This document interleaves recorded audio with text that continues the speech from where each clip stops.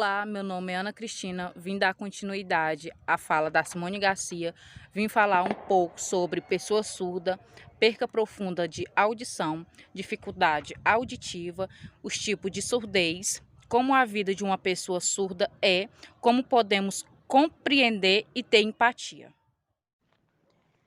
Existe dois tipos de surdez: a que leva a pessoa até a perda profunda de audição e a que leva a provocar uma perca moderada no decorrer do tempo. A pessoa surda é aquela que é portadora de surdez e que possui uma identidade, uma cultura, uma história e uma linguagem própria. Pessoas com perca auditiva profunda, sons altos são principalmente percebidos como vibrações. Pessoas deficientes auditiva não podem ouvir a fala em um nível normal. Existem dois tipos de surdez: a perca auditiva relacionada à idade, induzida por ruídos, causada por infecções, causada por alterações na tireoide, a perca relacionada a medicações, causada por perfuração de tímpano, surdez congênita e perca auditiva transitória. Podemos classificar esses dois tipos de surdez na unilateral e bilateral. Dificilmente um surdo deixa de perceber as mais sutis mudanças do ambiente em que ele está. Dificilmente também deixará de perceber as suas mudanças faciais do seu intelector, gestos, toques, enfim, quase nada passa despercebido de uma pessoa deficiente auditiva. A compreensão é o início de tudo para que uma pessoa surda se sinta bem no local onde se encontra.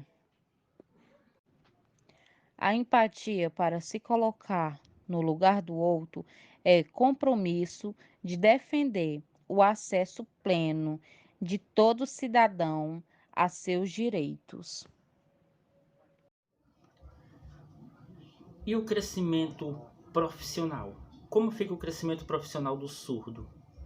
Devido a condutas que muitas empresas têm, o surdo acredita que não tem a oportunidade de crescer na vida profissional. Isso é muito ruim, porque ao pensar assim, o indivíduo surdo acaba perdendo a oportunidade e não acreditando que pode crescer na carreira, que pode se formar, que pode adquirir um conhecimento mais elevado e se desenvolver como um cidadão.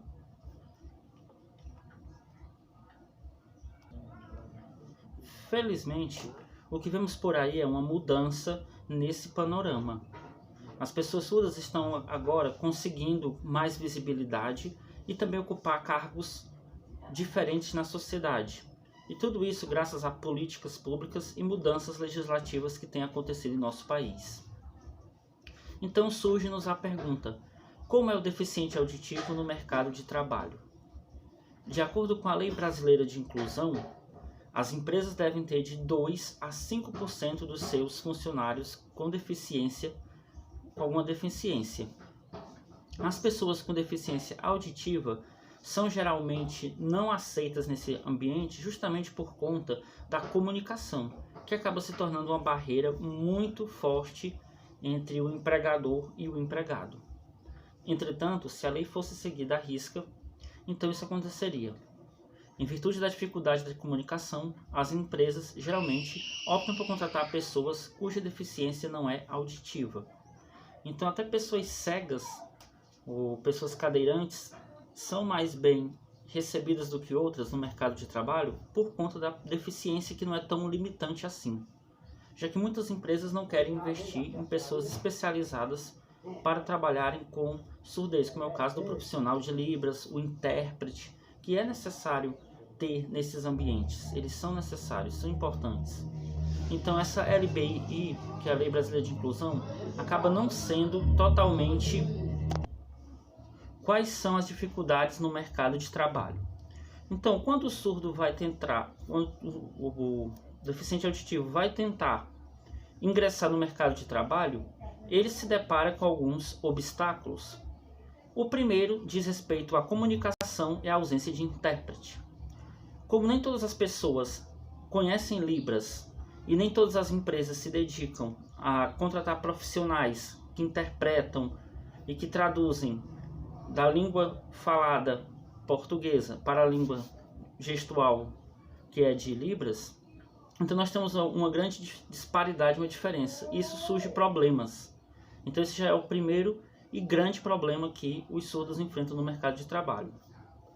A comunicação é o primeiro passo para um ambiente de trabalho acessível e amigável para pessoas com surdez. Surdos e ouvintes, ambos têm muito a dizer, muito a fazer. A competência não está totalmente atrelada à questão de ouvir ou não ouvir. Então, quando o intérprete não é colocado um intérprete de Libras, por exemplo, em uma empresa, e o surdo não pode ser contratado, podemos estar perdendo um grande profissional naquela área, porque ele tem capacidade, ele tem as habilidades necessárias. Entretanto, a comunicação se torna um entrave, algo que o impossibilita de se desenvolver enquanto profissional. Mas como eu falei anteriormente, ainda bem que algumas empresas estão agora contratando intérpretes de Libras para facilitar a comunicação de ouvintes e não ouvintes.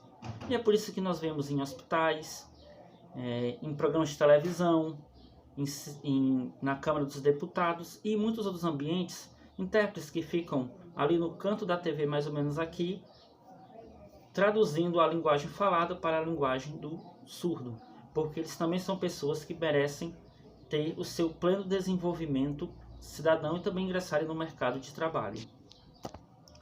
De acordo com informações do Observatório do PNE, nós podemos traçar uma visão de como as pessoas com acesso a Libras e as pessoas que não têm acesso a essa linguagem estão em índices aqui no Brasil. Por exemplo, 90%, segundo o Observatório do PNE, das pessoas têm acesso a Libras. Isso não quer dizer que elas saibam falar totalmente utilizando o sistema visual gestual. Isso quer dizer apenas que elas têm acesso a Libras, elas poderiam aprender, ou poderiam praticar, ou até trabalhar com Libras. 9% da população não tem acesso nenhum a Libras. E nós temos apenas 1% da população que trabalha como profissional de Libras. Ou seja, o número de pessoas que têm acesso e o número de pessoas que realmente trabalham com essa área é muito grande, a distância entre eles. E isso influencia bastante no mercado de trabalho, porque há setores que acabam não tendo esses intérpretes e por conta disso nós encontramos falhas, como eu estava dizendo agora, que a LDBI, a Lei de Inclusão lá, estabelece que de 2 a 5% do quadro de funcionários deve ser de pessoas deficientes. Os surdos acabam ficando muito para trás justamente por conta disso, porque os profissionais de Libras também são poucos, então não tem como eles atenderem a tantas demandas assim. Então é preciso investir profundamente, intensivamente em capacitações, em cursos, para que o segundo idioma oficial do Brasil seja mais conhecido, mais difundido, e até mesmo fora do mercado de trabalho o surdo tem a oportunidade de se comunicar com um familiar, com amigos, transmitir suas ideias, seus desejos, seus sonhos, suas emoções e assim por diante.